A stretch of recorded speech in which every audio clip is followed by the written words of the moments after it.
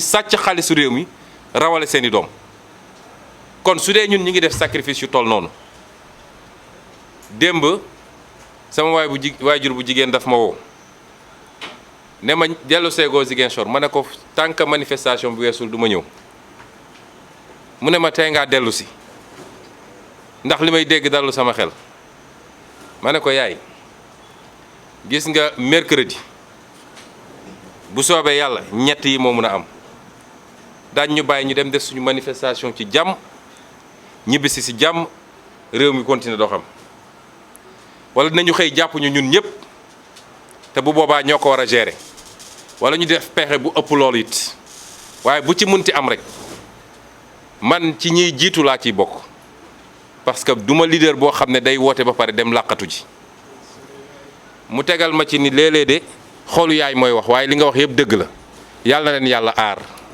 kon ñun dañoo am njaboot am ay wayjur la ñuy dégg suba ba ngoon rek ñu koy teg suñu ndodd doy na ci lu souffrir waxuma laa ñu naan ay voilà dañoo bëgg a utiliser ni ñun suñuy xeex jeunes yi ñoo tax yéen jeunes yi yéen a tax ñuy xeex parce que Sénégal mën na baax ba jaaxal ñëpp waaye du mus a baax ak Macky Sall ndax jaay na réew mi loolu nañ ci dellu si ëllëg jaay na réew mi jaay na ko tubaab yi jaay na ko naar yi jaay na ko turc yi jaay na ko chinois yi ñun moomatuñu dara ci réew mi ce travail de réappropriation de notre souveraineté mooy projet Yewwi Askan Wi du leneen kon bu leen kenn essayer jouer seen conscience génn leen massivement ñu daje place de l'Obélisque yow cadre de banque bi yow haut fonctionnaire bi yow taximan bi yow commerçant bi amul ku ñu bàyyi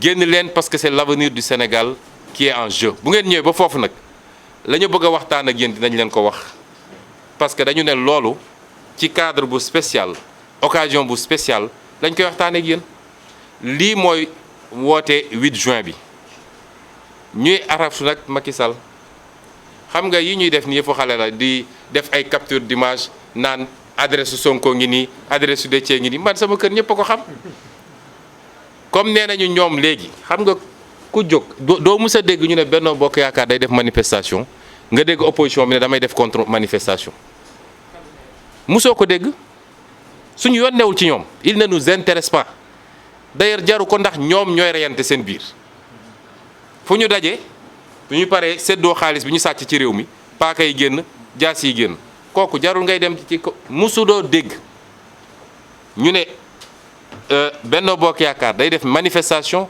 opposition bi ne day def contre manifestation musoo dégg ñu ne ñoom dañuy def manifestation opposition bi recruter ay nervi pour dem ne dañuy xeex ak ñoom musul am du ma bëgguma wax mbër parce que bëgguma tooñ une profession waaw bëgguma wax mbër parce que bëgguma tooñ une profession ndax mbër yi la ca ëpp li ma gëm mooy ñu yeewu lañ ñu conscient lañ te xam nañ seen bopp waaye nervi yi ñuy recruter di leen essayer armé naan leen dem leen daal ci mosoo dégg opposition recruter ay nervi amul nit boo amee sa kattan am sa formation nit jël la ne la yaa may aar mun nga dem defi loolu garde du corps waaye jël la ne la demal dal ci kaw diw demal attaquer manifestation diw ñu ñàkk bopp weesuwul loolu te ku ko def nag na nga xam ni sa bakkan a ngi ci xottu gerte parce que personne ne peut résister à un peuple bu dee force de l'ordre ak li ñu yor ci gànnaay ak lépp bu peuple jógee ba jóg ñoom ñoo ko mënalul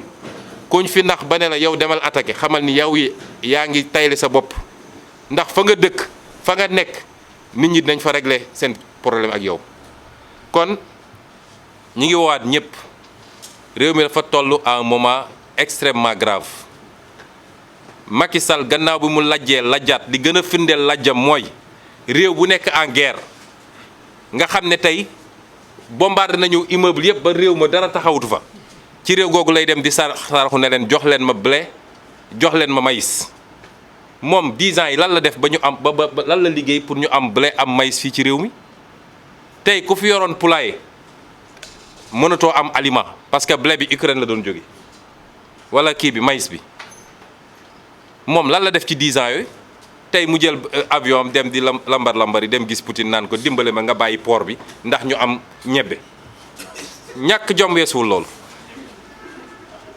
c'est ça qui est en jeu actuellement na sénégalais yeewu ñun fitna taxu ñoo jóg waaye kenn mënul tere ñu mener les combats qu'on doit mener pour ce pays guerre psychologique bi ñuy joué nag mënul jàll kon te li ci topp it foofu lay daane bii pas dañu ne rassemblement bi Ndakaaru la waaye la résistance doit se faire sur tout le territoire national loolu moom nañ ci dugal seen bopp Matam ba Ziguinchor Ndakaaru ba Tamba diaspora bi lépp résistance bi foofu lay demee duñ leen may jàmm duñ leen may fu ñu nooyee parce que may ñu jàmm may ñu fu ñu nooyee loolu laa bëggoon daaneel ñu ngi leen gërëm ñu ngi leen di sant. Ça viendra largement demain mais je veux dire que nous mettons en garde le Conseil constitutionnel.